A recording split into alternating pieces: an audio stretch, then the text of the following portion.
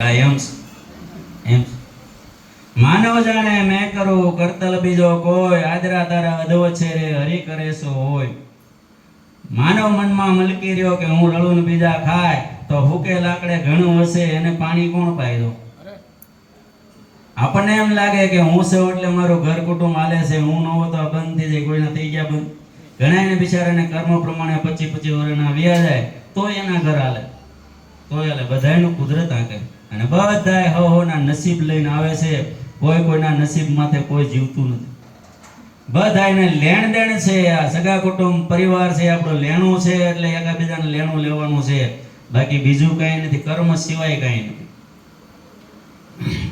એટલે ગોરખનાથ મહાત્મા કહે છે કે હું હરણીને પીયું મારો પારાથી, માર્યા મને વસનું ના બાણ.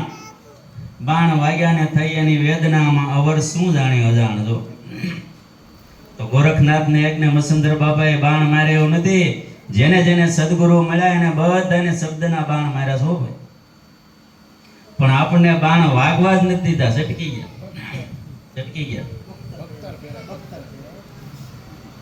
જેને જેને વસનના બાણ વાગી ગયા, જેને ખાલી જરીક બુડી અડી ગઈ એનાય કામ થઈ ગયા. એટલે ગોરખનાથ મહાત્મા કહે છે હું અરણીને પીયું મારો પારાથી. હું અરણી છું અને પીયું મારો પારાથી. એટલે શિકાર કરવા વાળો છે એને મને વસનનું બાણ માર્યું ને એ બાણ માર્યું અને એની જેને વેદના થઈ છે, જેને સદગુરુ મળ્યા ને શબ્દનું બાણ માર્યું એની વેદના થઈ છે ને એના બધાના નાવડા થયા, એના નાવ કાંઠે ગયા છે. બાકી જેને બાણ વાગ્યું જ નથી એનું કામ નથી. સોપાટું માંડવી છે બેની સુનમાં ખેલો મારા પિયુ સંગે દાવ. હું હારો તો પિયુજીના સંગમાં, પિયુજી હારે તો રહે મારી પાસ. જો બે હાથમાં લાડો સોપાટ માંડી છે એમ સદગુરુનો બાળક છે અહીંયા સોપાટ માંડી છે. કદાચ આ જિંદગીમાં સદગુરુ મળી ગયા અને કદાચ મોક્ષ મળી જાય તો ભલે, અને ન મળી જાય તો પાછો સદગુરુના શરણમાં. કારણ કે ગેરંટી આપી છે ઉગારામ બાપાએ કે એક ભવમાં નહીં 7 ભવમાં ન મૂક. એકવાર જો આ પથણામાં વિયો આવે, એકવાર સદગુરુની શરણે વિયો જાય એટલે પછી જ્યાં પૂગ્યો છે ત્યાંથી પછી એની કમાઈ શરૂ થાય. જેટલું ભજન કરે એટલી 84 ટૂંકી થાય અને 84 માંથી છૂટવાનો રસ્તો આ છે, બાકી કોઈ રસ્તો નથી. કારણ કે આ જીવની પાછળ હિમાલય નાનો પડે એટલા અસંખ્ય કર્મના ડગલા પડ્યા છે. એ કદાચ ભોગવવા માટે ધારણ તો ભોગવાય એમ જ નથી, ગમે એટલા કદાચ અવતાર લેની. 84 લાખ અવતાર નહીં પણ હવે 84 કદાચ ભોગવે તો આ કર્મ ભોગવાય ન રે એટલા આપણી માથે આટલા થર પડ્યા છે. પણ આ તો સદગુરુ પરમાત્માની કૃપા થઈ અને સત્ય નામની સિંગારી આપી છે. એ સિંગારી જેને મૂકી દીધી એના કર્મ બળી ગયા. એટલે મૂળદાસ મહાત્મા કહે છે કે 100 મણ અગ્નિ લખો કોરે કાગળે એને લઈ રૂમાલ પાય. અગ્નિ સ્થાને રો દાજે નહીં, રતી એક પાવમાં જલી જાય. કપાનું ઘર ભર્યોમાં 100 મણ અગ્નિ લખીને મૂકી દે, પછી બહાર બેઠા વાતો કરી ભાઈ હમણાં આગ લાગશે, લાગે ન લાગે. કારણ કે અગ્નિ ઓરિજિનલ નથી, લખેલો છે. પછી અગ્નિ મહારાજની મૂર્તિ લઈ આવીને મૂકી દે તોય ન લાગે, ફોટો મૂકી દે તોય ન લાગે. કારણ કે એ પ્રતિમા છે, મૂર્તિ છે.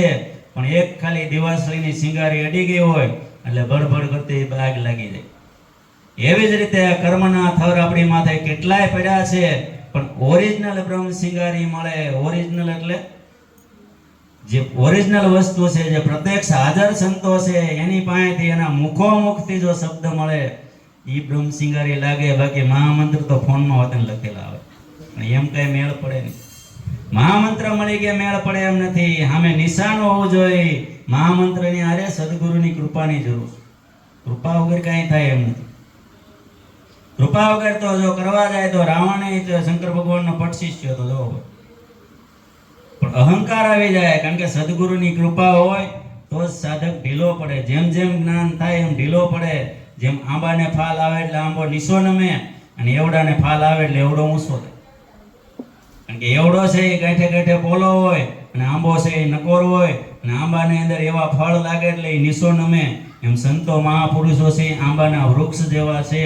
એટલે એને જેમ જેમ જ્ઞાન થતું જાય એમ એ નરમ પડતા. એ પછી કોઈને આરે વાદ વિવાદમાં ન પડે. કોક કે ભાઈ આ નથી આશો તમે ખોટા, તો કે ભાઈ એમ ખોટા, કાંઈ વાંધો નહીં.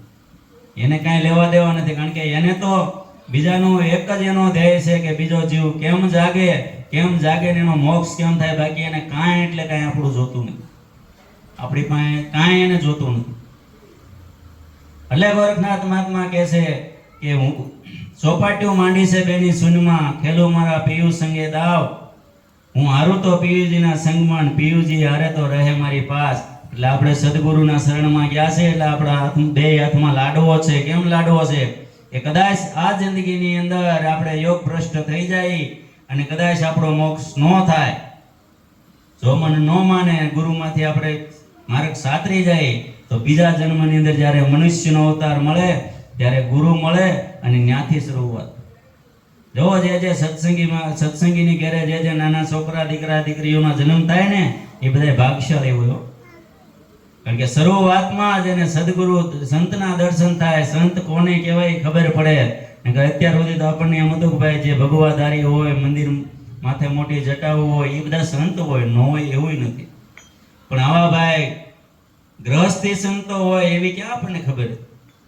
જલારામ બાપા જુઓ, વીરબાઈમાં, એવા તો અનંત સંતો થઈ ગયા જે ગ્રહસ્થ ધર્મ કે ઘરમાં રહી અને ભક્તિ કરી ગયા અને કામ કાઢી ગયા.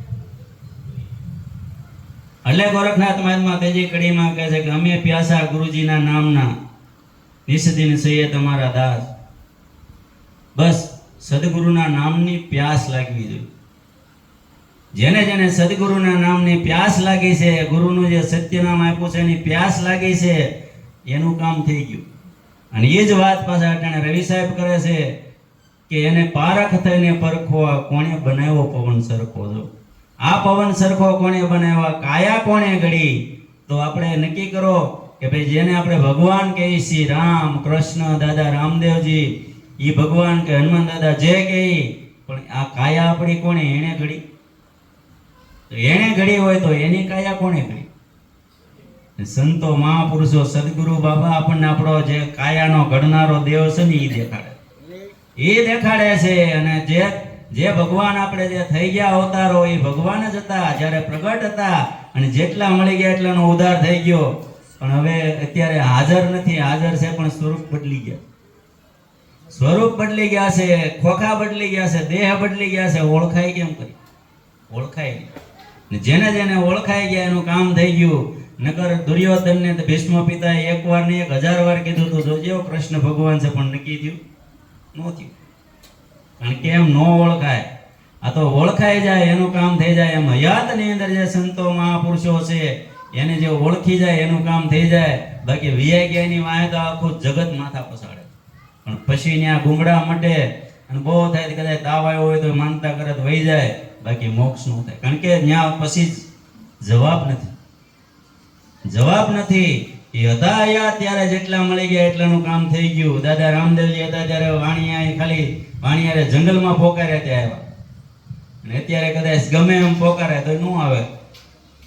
કારણ કે પોતે અત્યારે અદ્રશ્ય રૂપે છે, દ્રશ્ય રૂપે નથી. કે દેહ હોય ત્યારે, એટલે કબીર સાહેબે લખ્યું છે જો કે આત્મ તત્વ પીસાણો સંતો જ્યારે રામ નામ તબ જાણો, આત્મ તત્વ પીસાણો. એને એ જ વાત કરી જે રવિ સાહેબે વાત કરી, એ જ કબીર સાહેબે વાત કરી કે ભાઈ આત્મ તત્વ પીસાણો. અને કબીર સાહેબે એમ કીધું ભાઈ પવન સરખા ને તમે જાણો. બસ બેનું ભાવાર્થ બેનો એક જ. કોણ મરે કોણ અવતરે, કોણ જીતે કોણ હારે, આ તો જલકી લહેરી જલસે ઉપડી, કોણ તરે ને કોણ તારે. આમાં કોણ મરે છે, કોણ જન્મે છે ને કોણ મરે છે, કોણ જીતે છે કોણ હારે છે. આ તો પાણીમાંથી જેમ મોજું છેડ્યું, મોજામાંથી ફીણ થયા અને ફીણમાંથી કિનારે આવીને ભટકાણા ને પાછું પાણી થઈ ગયું એમ છે. આ એક કડીમાં જ બધું સમજાઈ દીધું. આમાં મરે છે કોણ અને જન્મે છે કોણ? તો જન્મે છે દેહ અને મરે છે દેહ. આપણે મરવા પણ નથી, જન્મમાં પણ નથી. કારણ કે આપણે દેહ નથી પણ શુદ્ધ બુદ્ધ ચૈતન્ય આત્મા છે. પણ યોગે કરી અને પંચભૂતના ખોખાની અંદર આવ્યા છે અને પ્રકૃતિની માયાજાળમાં ફસાઈ ગયા છે. એટલે ભૂલા પડી ગયા છે. એટલે પામર જેવું થઈ ગયા છે કે હું કાંઈ નથી. પણ જો કોઈ એવો સદગુરુ પરમાત્મા મળી જાય અને એની જો કૃપા દ્રષ્ટિ થઈ જાય તો જેમ સ્વિસ પાડી અને લેમ્પ થઈને અંજવાળું થઈ જાય એમ બળાક દખન અંજવાળું થઈ જાય કે તું કોણ છો એ તરત ખબર પડી. અને જેને જેને તું કોણ છો એ ખબર પડી ગઈ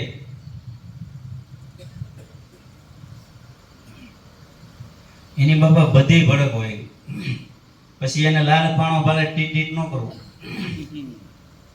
કારણ કે નકર એક્સિડન્ટ થઈ જાય, કરવું પડે. એટલે ભાઈ આ બધા જેટલા દેવ છે, જેટલા મંદિરો છે, એ બધા મનુષ્યના બેહારેલા.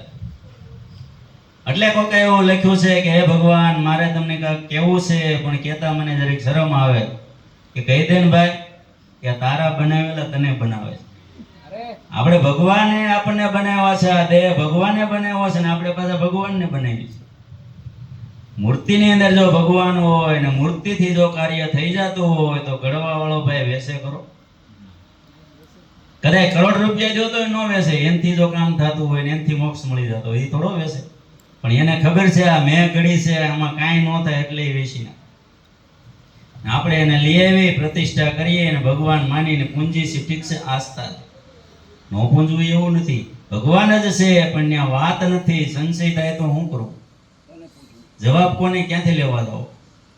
એટલે જે પ્રગટ સંતો મહાપુરુષો છે એને ઈશ્વરનું સ્વરૂપ એટલે આપ્યું છે કે ત્યાં જે આપણે જે સંશય થાય ને એનો બાબા તરત સોલ્વ થઈ જાય, સોલ્વ થઈ જાય.